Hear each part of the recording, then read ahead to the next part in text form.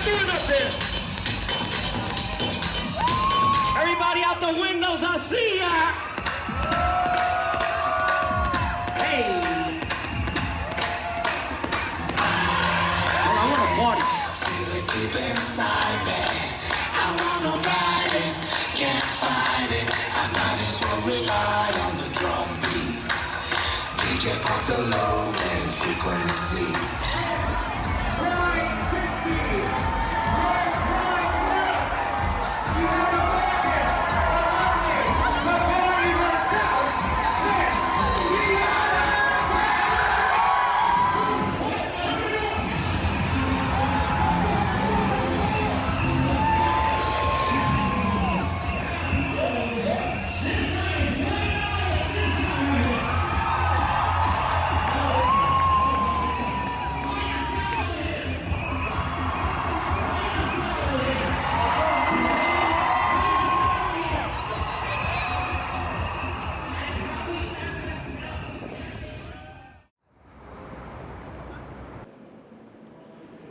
New York Public Library has one of the greatest collections of LGBTQ history in the United States, having the archives of pivotal organizations like the Mattachine Society of New York, a Gay Activist Alliance, and many others, and also photo archives of Kay Tobin LaHusen and Diana Davies, which are featured in the exhibition. About 3 years ago, we realized the Stonewall 50th anniversary was coming, and so we planned the exhibition to coincide with the anniversary and really give the general public a deeper look into our archives, which are usually used by scholars and specialists and documentarians. The Stonewall riots was a conflict with the police LGBTQ community here in New York City in June 1969. Starts on the 28th at 1-ish o'clock in the morning, and then lasts for about 6 days of conflict between the community and the police. A lot of times people think this was the first time that this had happened, and actually there were a series of these riots and conflicts with the police and the LGBTQ community across the 1960s. In Los Angeles, in San Francisco, in Philadelphia, and other cities. And it was also, there was already a civil rights movement, but it was very small groups of people from the 1950s on, including some very pivotal demonstrations that took place in the mid-60s in Washington, D.C., and annual marches that took place in Philadelphia every year. But with the riots in 1969, it really becomes a turning point for the movement, and you have a group, the Gay Liberation Front, which starts soon after, really inspired by the Stonewall riots, and really leads to this becoming a mass movement. In the exhibition, there are pictures of some of these early demonstrations from the 1960s, and there's 10, 20 people at a demonstration, right? And these are all the people willing to demonstrate in the 1960s and come out of the closet. And post-Stonewall, with the first Christopher Street Liberation Day, which we might think of as the first Pride March that happens in June of 1970, you have thousands and thousands of people who are coming out of the closet and willing to be part of the movement. And so you can see that illustrated in the show. We also have an anthology, the Stonewall Reader, that has these true life voices that people can read what it felt like to be part of that movement in that time. The exhibition has 4 themes of resistance, which covers protest movements and activist organizations, in print, which is about the rise of the LGBTQ press, and also shows off the library's LGBT periodicals collection, which is about 3,000 titles from the 1950s to the 1980s or so. A section on bars, which is about nightlife and the politics of nightlife here in New York City and around the country in the 1960s and 70s. And last, a section on love, which is about depictions of intimacy in gay and lesbian trans community from the 1960s and 70s, really showing the struggle to depict that intimate relationships, and is the most focused on Kay LaHusen and Diana Davies' photographs.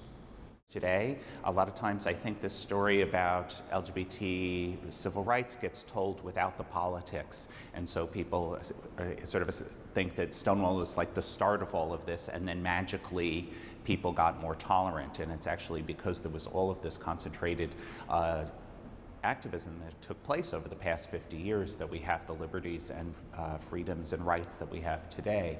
And so I want young people to know that and know that they can make a difference. I also, as you go through the show, today a lot we think about intersectionality in the ways that racism, sexism, homophobia intersect and impact people's lives and people having multiple identities in our society.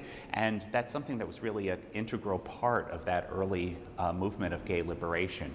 And because really Gay Liberation Front was inspired by the Black Panthers, by the Young Lords, for movements for liberation around the world, and they really saw all of these things as intimately connected. And also some of the first organizing by queer people of color takes place at this time with emergence of Salsa Soul Sisters, the emergence of Third World Gay Revolution, also the activism of STAR with Sylvia Rivera and Marsha P. Johnson. And in some ways it emerges in the early 70s, and in some ways gets pushed to the side. And I think it's one of the things that's most vital to people now, and I think it's important for them to realize that that kind of intersectional thinking was really born in those early 1970s. There's this whole section on bars, right?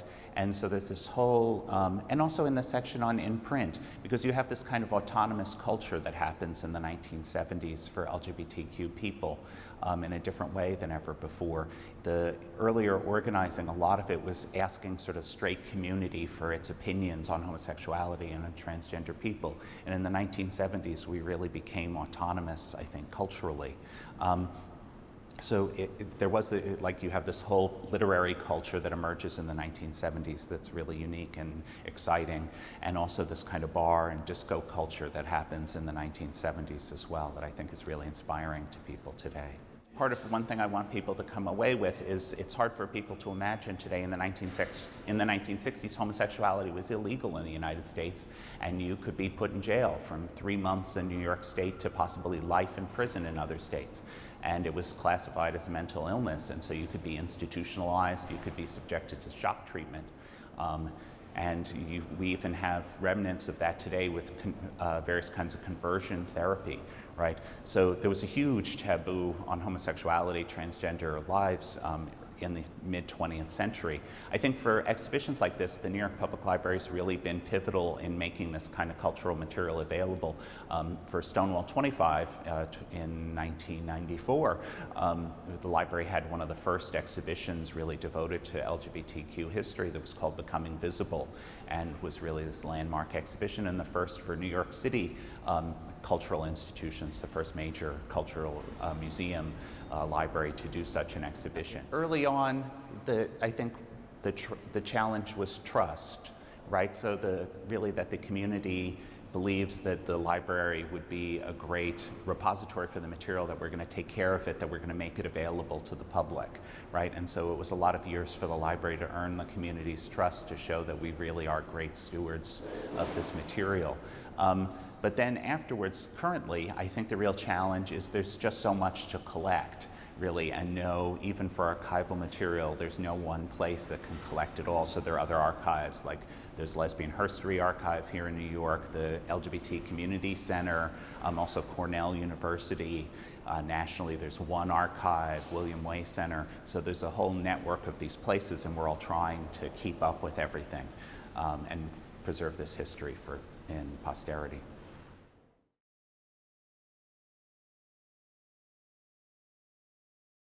Good evening, welcome to the New York Public Library. My name is Jason Bauman. I'm Assistant Director for Collection Development and also Coordinator of the Library's LGBT Initiative. This evening's program is in concert with the Love and Resistance Stonewall50 exhibition and a series of programs that are happening here and all across the New York Public Library. There's many programs more happening here at SASB, also at the Schomburg Center for Research in Black Culture, and across the library's branches. Probably over 50 programs that are in concert with the exhibition. When we were planning the exhibition and the programs, I really wanted there to be something about LGBT press, because that's a major theme in the exhibition. And it's something I wanted to point out to people, that really these political movements of the 1960s and 70s really were only able to happen because there was a press to hold that community together. So this is something I think in concert with the exhibition and in dialogue upstairs. There are many of these magazines both from the 1960s and 1970s, that you can see on display, and you can have now a conversation about that really vital time in queer publishing. So please join me in welcoming Perry Brass, Michael Bronski, Karla Jay, in conversation with Tobin Lowe and Kathy Tu. Thanks.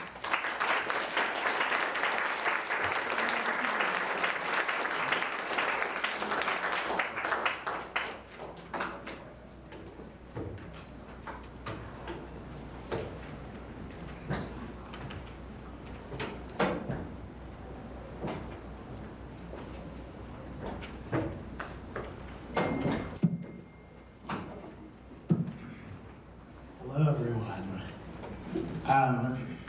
Thank you so much for coming out. Thank you for being here.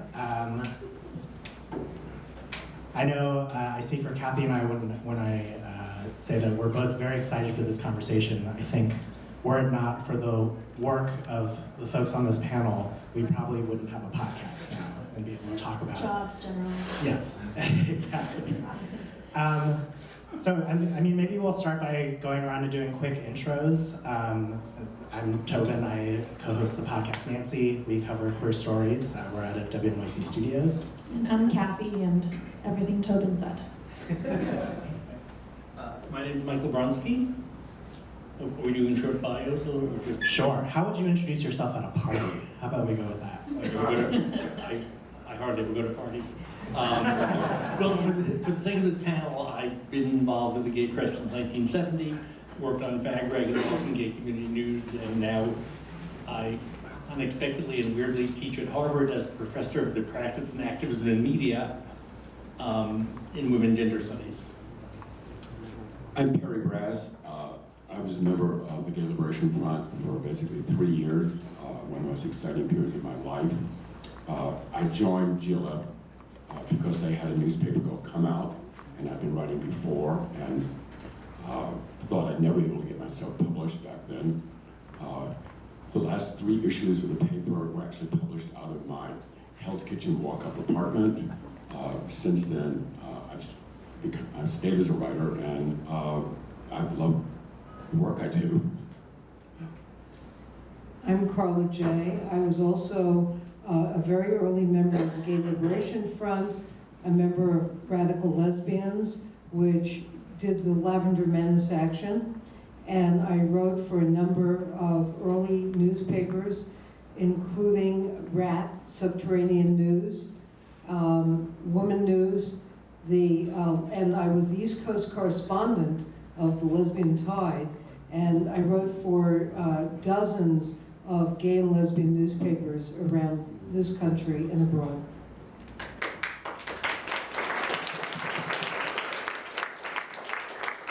So everyone here has written about or reported on LGBT folks. Well, I'm curious about how you got into doing something like that. What were your motivations? Can each of you talk a little bit about that? Karla, do you want to start?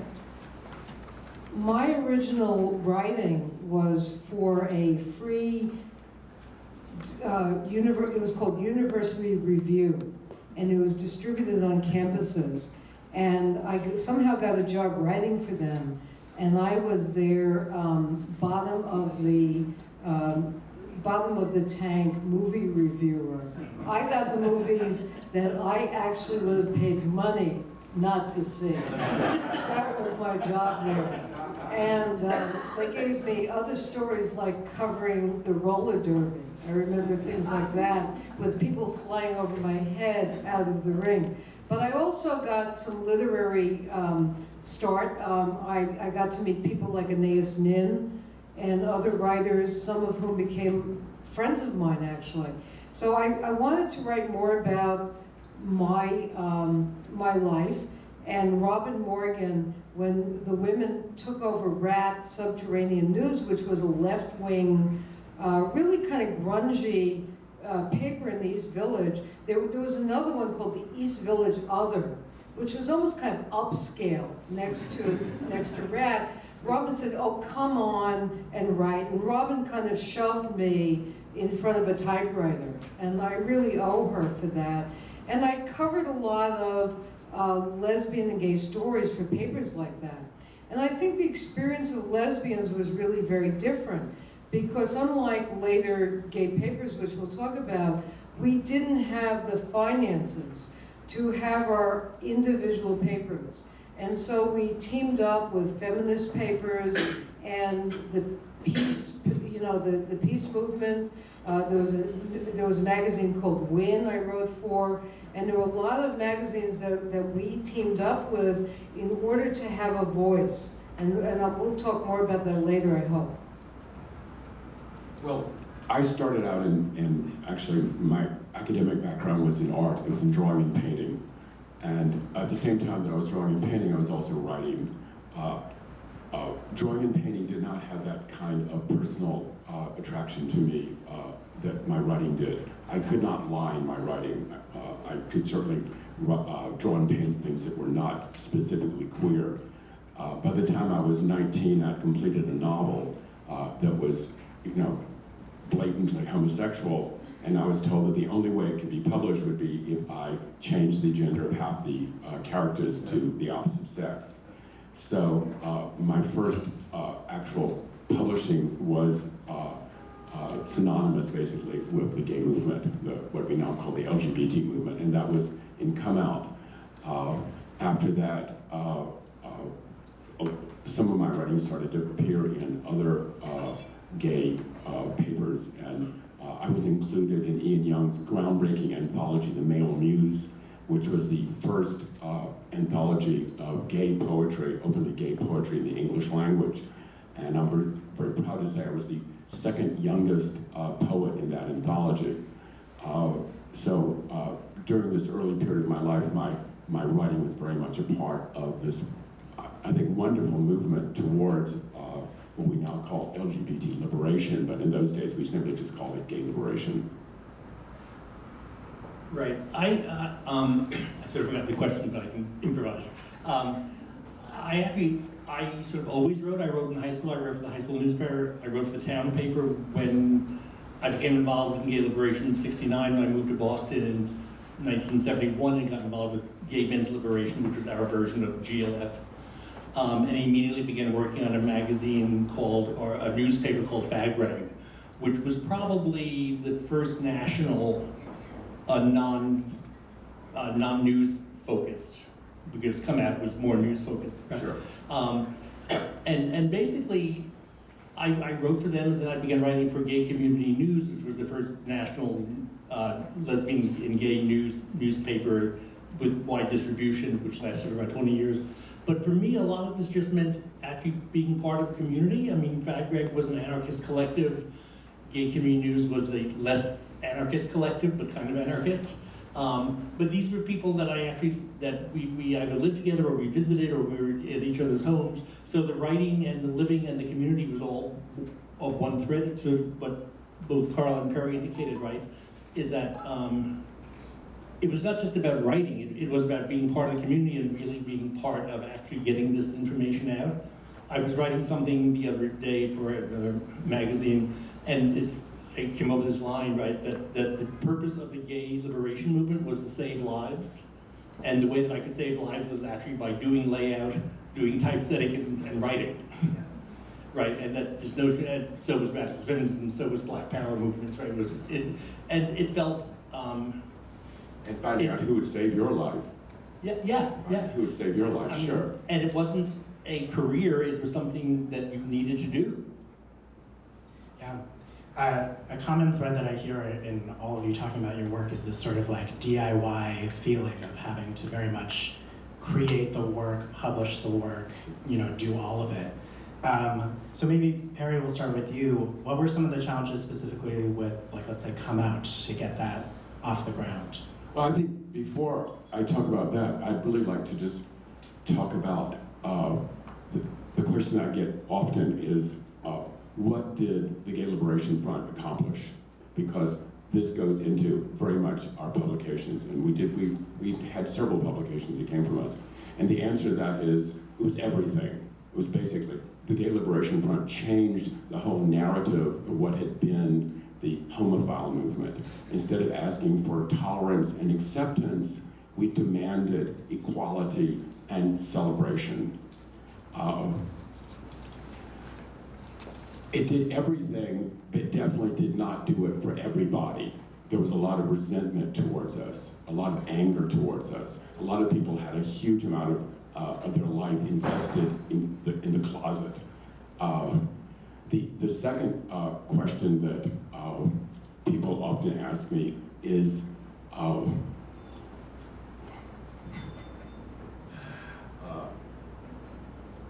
what was the Gay Liberation Front about? And what it was about was very much exhibited in our newspaper, which is called Come Out. And what we were about was this whole idea of coming out as a revolutionary act, coming out as a heroic act, coming out to claim your real self and coming out to claim a community.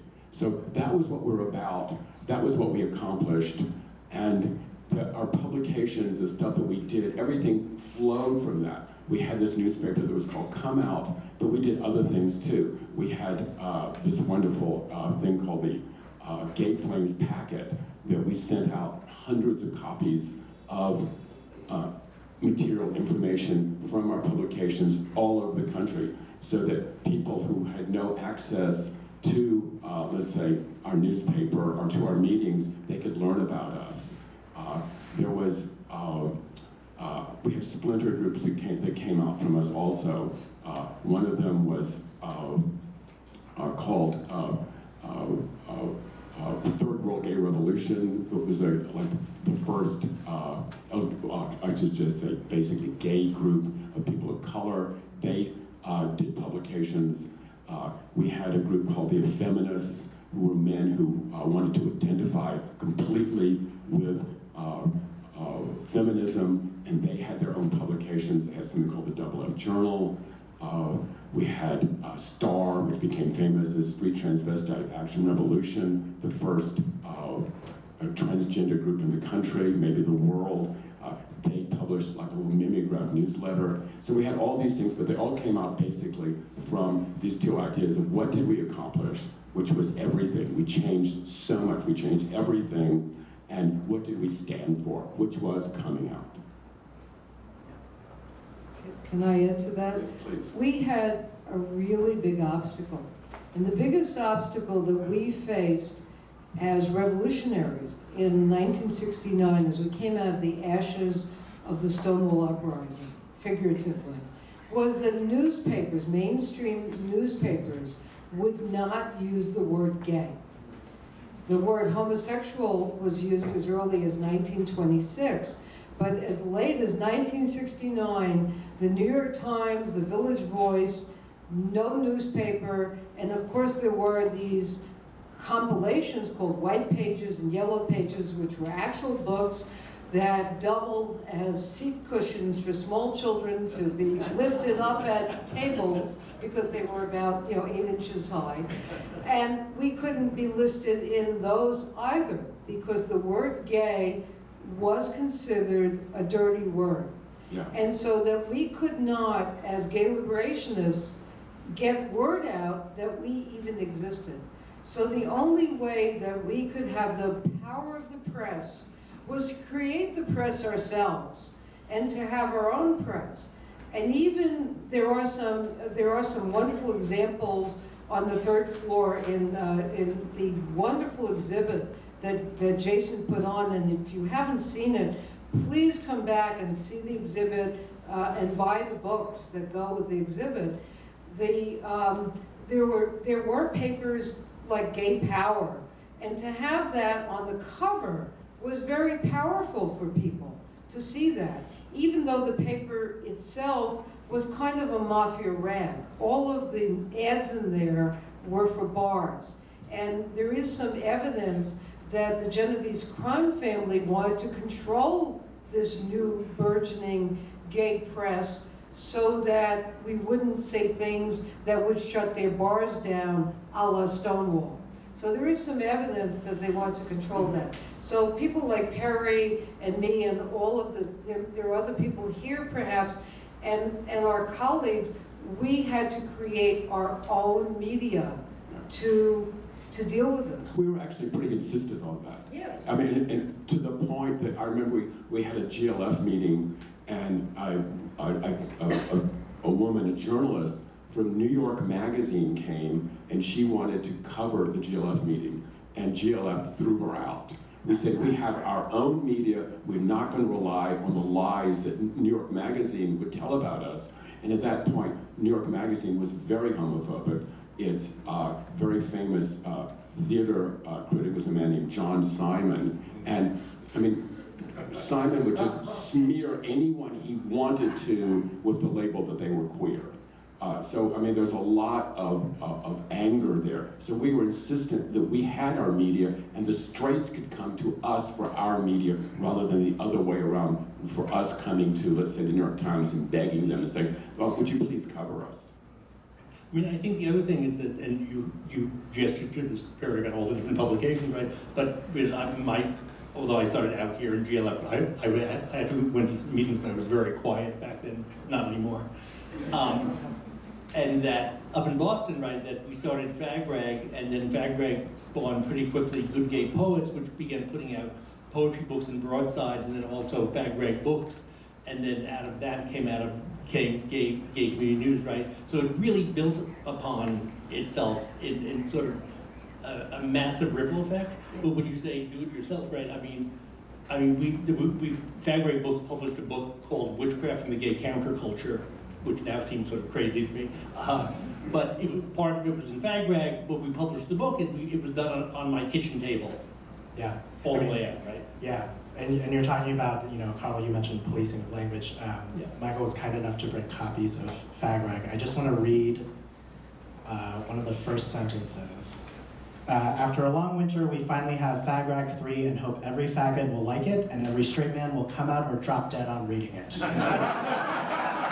Which I'm going to guess was not being published in the New York Times at the time. I was wondering, which newsstands displayed it right in the front. Right. And, I mean, wasn't that an issue, Michael? Well, I would, and so it came out of Boston, but really sort of Cambridge, right? And we would sell it in Harvard Square. I mean, we would actually hawk it on the street. And it's Cambridge, and it is Harvard Square. But all the Harvard Square bookstores carried it. Okay. And it carried from probably issue 3 or 4 on, including Groli's Poetry Bookshop, very, very fancy, Reading International. So we, depending on the place, right, you actually could get it distributed, but you had to do it yourself. Yeah, but there were other, I want to say gay papers, but there are also lesbian papers in the rest of the country. San Francisco had a wonderful paper called Gay Sunshine. There was also one in Los Angeles. Atlanta, I believe, had one. And then there were lesbian papers like, Maybe I could talk about that. Yeah, okay. Too much cold medicine. Yeah. The first one was really, there was one called Lesbian News that was started by Jinx Beers in Los Angeles. And the first 2 came out of LA. And Jean Cordova started the Lesbian Tide as a newsletter out of the DOB. But let me tell you just a little bit, let me backtrack just for a second. The first lesbian newsletter really was in 1947 by a woman whose pen name was Lisa Ben, which was really just an acronym for lesbian. You could put those letters together. Even I can do that acronym, and I'm not good at that. And she would type 6 copies on a typewriter at RKO. And her bosses didn't care what she typed as long as she looked busy. She had one of those jobs I never had. And she would distribute those. And if you got the top copy or the top 2 copies, it was good. But if you got the bottom copy, and I saw a couple of those in the 1960s, they were really terrible. And then we had the Lather, which was edited by Phyllis Lyon and later by Barbara Giddings, and after that by Barbara Greer. And it started with lesbians all writing under pseudonyms, and by the end lesbians were writing under their real names. There were photographs of women with their real names, and writing with pseudonyms too. Among them was Lorraine Hansberry, most famously sent in short stories and letters. Jane Rule was another writer for The Lather. So when Jean Cordova started the Lesbian Tide, it started as just DOB, Daughters of Bilitis, which was a lesbian organization, newsletter, and she turned it into a national newspaper from about 1973 to 80. And it started out as paper, it eventually had a slick cover, and eventually she paid people. I was paid $25 a month. I was so excited, I can't tell you. I thought, wow, I'm being paid by a lesbian publication. This is, no wonder I went blind. It's like, I had to do so many jobs, it was really hard. So this is what it was like, but most of our jobs, we weren't paid, at all. I mean, that was really quite extraordinary. But there were these little papers all over the country, the Detroit Gay Liberator and the Washington Blade, and there was one in South Florida. They were just everywhere you went. These little newspapers sprang up just everywhere. And one of my favorites is the Lesbian Connection, which you pay more if you want to. You can pay nothing, and they'll still give you a subscription. And whatever people send in, they print. And it's just a conglomeration of wonderful stuff and the worst writing you've ever seen. And it reflects what Lesbian Nation is thinking. And I love it. It's one of my favorite things that I used to read, I used to love that magazine. And I still support it because I think it's so wonderful that you can get a magazine. If you're a prisoner or you have no money, you can still get it. And how many things can you get today that will offer you that? And that shows you some of the principles, I think, of the lesbian community. If you have no money, we'll give it to you anyway. Good. So I think one of the theme here that both of you touched on, right, was that there's a sense of in Fagrag's case, it was an anarchist democracy, but it was a democracy. So Fagrag, we published in all about 48 issues. But if you sent in poems to Fagrag, we would print at least 2 of them, no matter whether they were good or bad, right? We actually had some rules, like you couldn't mention Provincetown, and you couldn't use sentimental. One big rule was the ice cream cone rule, which that you couldn't say, I licked my lover's cock like an ice cream cone, because it was sentimental. But the notion, because when the sentence that you just read was probably written by Charlie Shively, who died 2 years ago. I was his guardian, right? And when he was in the home for Alzheimer's, I sent his boxes off to Yale Archives. And he had saved literally everything. I mean, like there were 168 boxes, but there were erotic drawings that people had sent into Fagrag, saying, "I do these drawings, I can't have them at home. Please take them." Right. So it literally was a sort of receptacle for the community. I mean, well, this changed, right? Yes, but this changed so much. I mean, the thing that's so interesting about this is that during this period, there was this kind of proliferation of queer writing and publishing that had not hit the mainstream at all. Mainstream New York City big ticket publishing was just like blank for the most part. I mean, you had some paperbacks that came out, but the idea that you were going to have a big gay book, that did not come out until towards the end of the 1970s. So you had this period of about maybe 6 years where the gay and lesbian press was flourishing, and if you wanted to know about what was going on in our world, you would do it through this press, and the press was there for the community. It was a complete part of the community. And then later, like I say, big ticket New York City publishing, they came out with 3 big gay books. And the 3 big gay books were, well, one of them was Tales of the City by Ernest Malkin. The second one was Dancer from the Dance by Andrew Holleran, and then there was Faggots by Larry Kramer. And with the exception of, I think very much of Armistead Maupin's book, the other two books are extremely homophobic. There's a lot of internalized homophobia in both of those books. And this was something that the gay and lesbian press, when it was this community press, we were so far away from that. We wanted to really produce this idea of our community as heroic. And my feeling was that big city or big ticket nerd publishing was just not ready for that. Can I just spring off that? Because that's a really interesting point. But the mainstream press, particularly book publishing, was definitely not ready for lesbians. Oh, absolutely. Remember that even Ruby Fruit Jungle and the works of Bertha Harris, they were first published by Daughters Incorporated, which published a lot of the early lesbian writing. And the lesbian fiction was published by women's journals, like Conditions, 13th Moon, Sinister Wisdom, and we had to publish these things ourselves. But we used that as a way to empower ourselves. I mean, the power of the press belongs to the woman who owns the press. And I think, you know, we see this today. I mean, we've lost the illusion. All you have to do is turn on Fox TV, and if you have any illusion that there's objectivity, if you want to say what you want, you've got to own the press.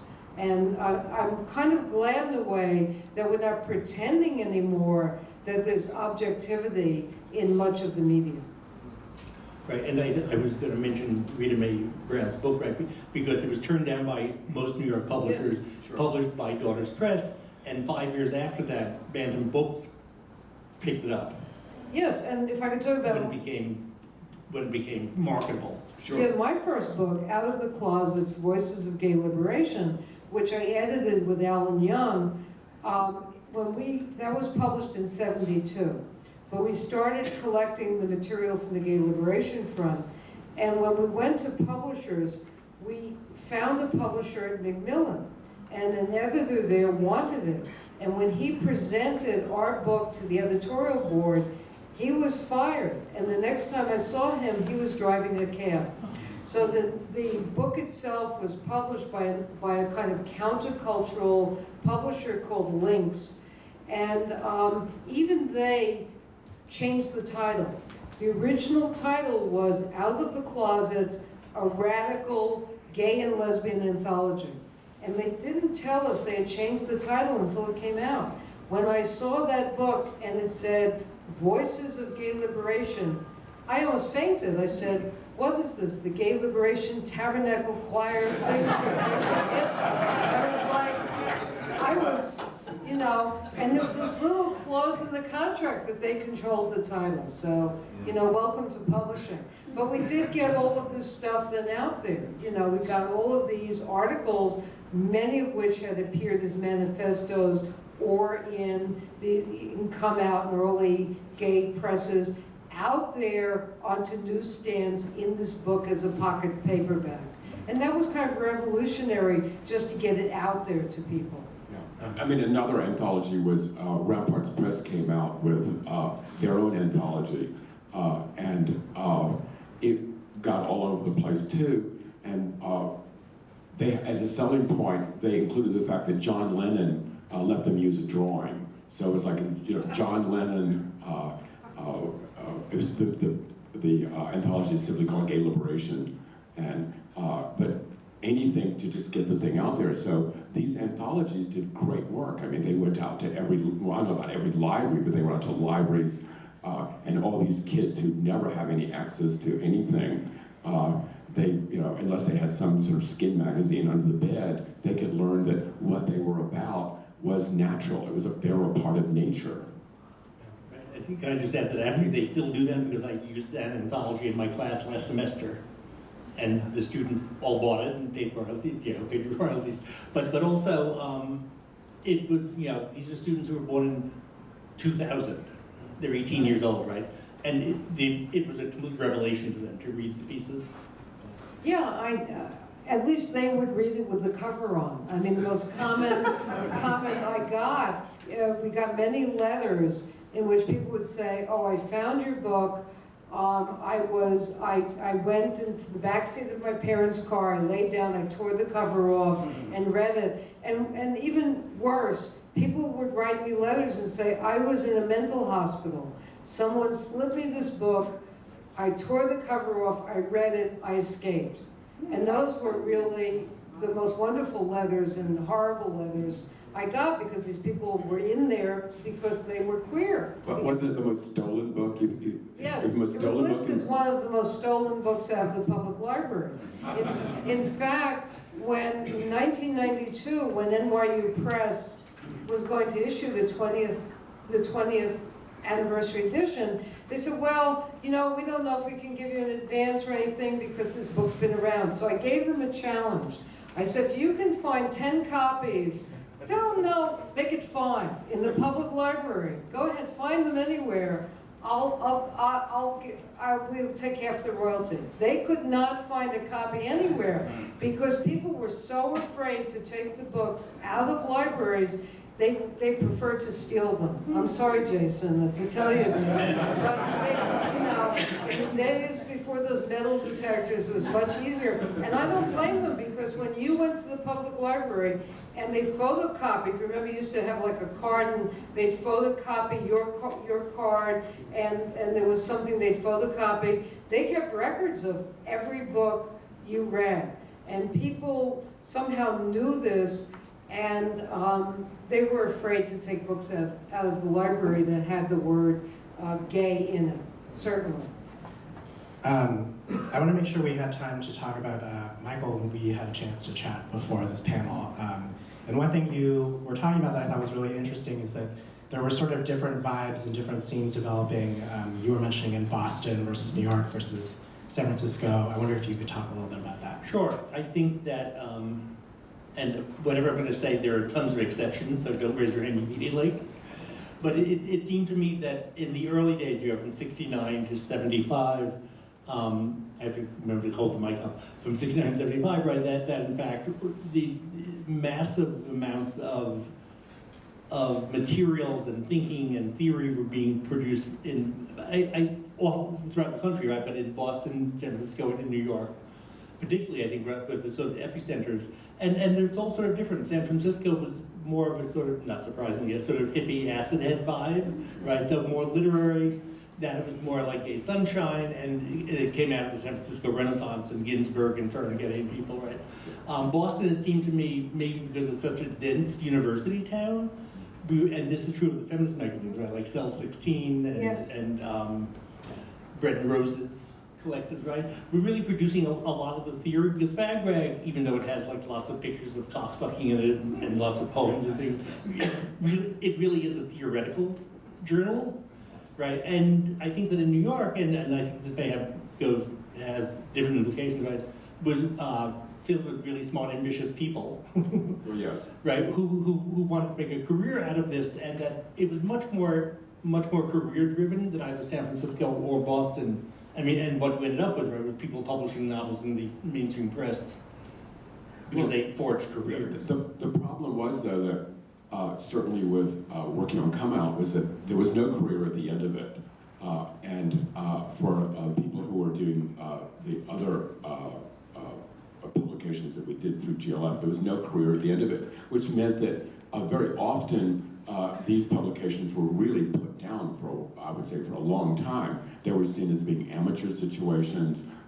They were seen as just simply, quote, gay, and that's it. That was always like when you use the G word, it's like a dead end, which was horrible. And again, internalized homophobia. So they weren't that. And then you had the more mainstream, stuff. I'm going to say that's the crapola, which was out there also. So it was difficult to make that transition from being a part of the movement to a professional aspect of your life. And of course, much more difficult for women in general, who are still paid less than men. Across the board, and have less access to publishing. Yes, I think that both the lesbian magazines and journals and the feminist journals there really was no money. I mean, this was really a big problem. There were no advertisers, as there would later be for a magazine, for example, like The Advocate, that wanted to advertise the lesbians. I mean, gay men were seen later as being white gay men, of course, with 2 male incomes perhaps in a household, but how many Subarus are you going to sell to lesbians? This became, if you're not a lesbian, you don't get that, but, we call it the Dyke Mobile, but, there was limited advertising.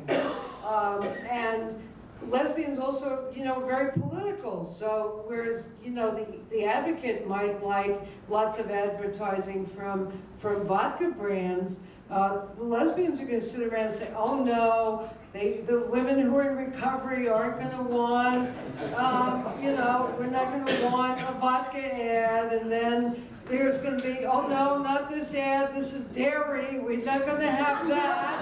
And Lots of tafuti.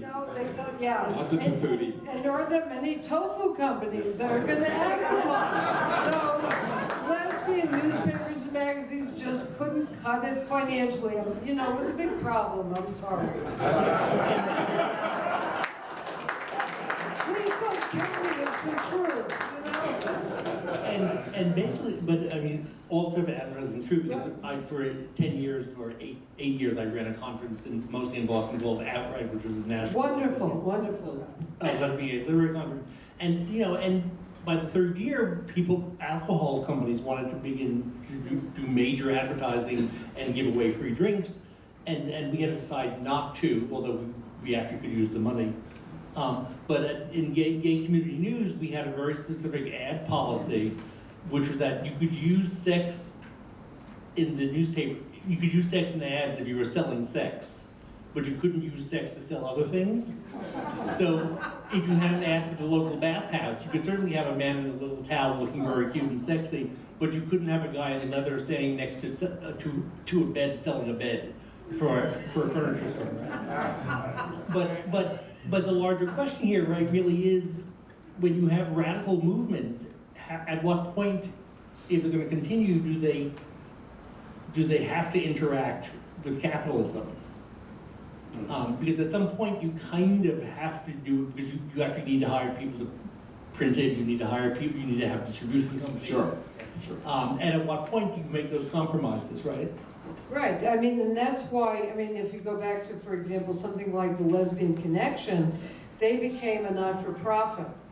And that's how I think a lot of these journals and magazines have survived, because even Ms. Magazine became a not-for-profit, because it's very hard to have politics and then to find any corporation that you think is okay. I mean, even today, for example, there was a very interesting editorial in the Times saying, well, talking about this wonderful gift to the students of Morehouse, but if there were a higher income tax, then students would have enough money to pay off they wouldn't have these college debts, and everybody would have a gift, I mean, these are all political decisions that each and every one of us has to make. But if you're in a radical collective, a lot of these papers did not want advertising of any sort. I mean, it really was difficult. Well, I think that brings also one of the questions that people often ask about GLF was that why did GLF basically implode after 3 years? And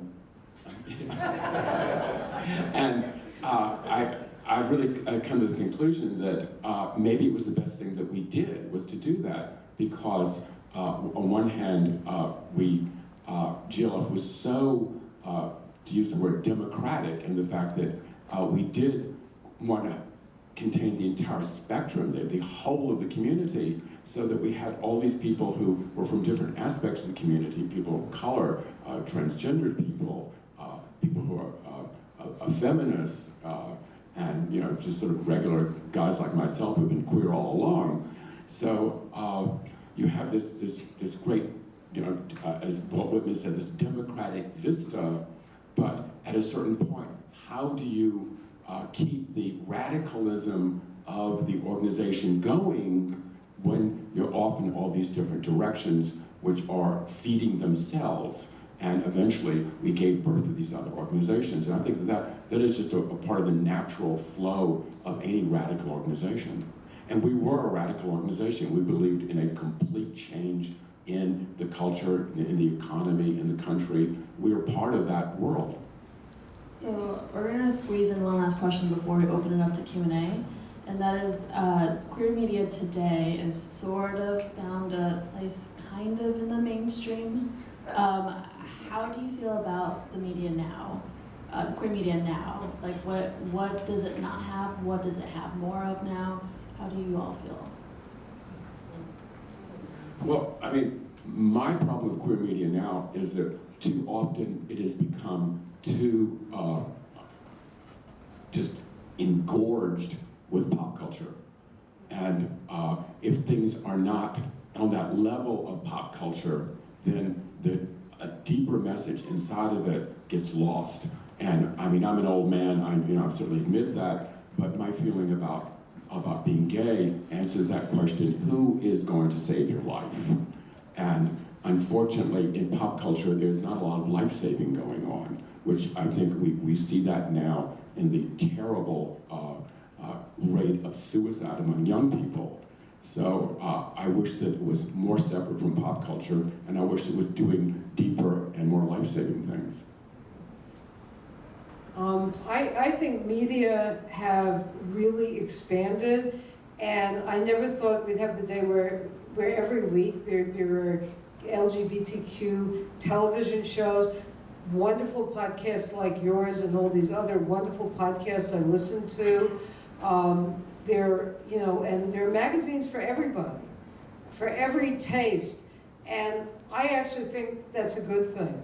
Because I think for some people, if they pick up something that's very news heavy, they just yawn and close it. So there's something for everybody out there. And I think that's a good thing. I just love the fact that there's all this diversity out there and in so many different formats. There's still zines and journals, and with the internet, people can publish blogs, and we have so many different things that we can do today. I find it really wonderful, and I'm very encouraged by the fact that there are so many different ways that people can express themselves if they want to. Right. And I think, I mean, if I was going to put on my fag rag hat and say, just capitalism happened, it was terrible, it ruined everything, Out magazine, The Advocate, even Denuve or whatever. There was another magazine after Denuve when they had to change the name. Oh, yeah. Curve. Right. These are just the sort of popularization of gay material to sell, right? But and those eventually they hit a peak in the '80s and they began to fade out too, right? And when I see younger people, I'm thinking of some of my students and others, that in fact the range, the enormous range of things they do and things how they get out of it, whether it's social media, whether it's in little print scenes or other events or performance art, right? That what we did in the '70s created a sort of breeding ground, to use an odd phrase. Oh, that's what I always called the lesbian bars, the breeding ground. That really came to fruition 50 years later with an enormous amount of stuff that a lot of it is pop culture, and some of it I like, some of it I don't, but it does reach people. Yeah. We're going to open it up to audience questions. I'm going to say two things really quick. We have microphones for you, so if you could wait to start your question until we get a microphone to you. And then second thing, if you have more of a comment than a question, if you could find your way to a question, that would be great. Cool, why don't we start with this gentleman here.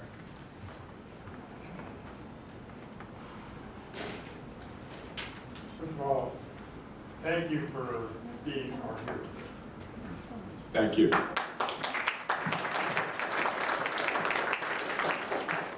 My question, in your early efforts, in your early days, were there any straight allies?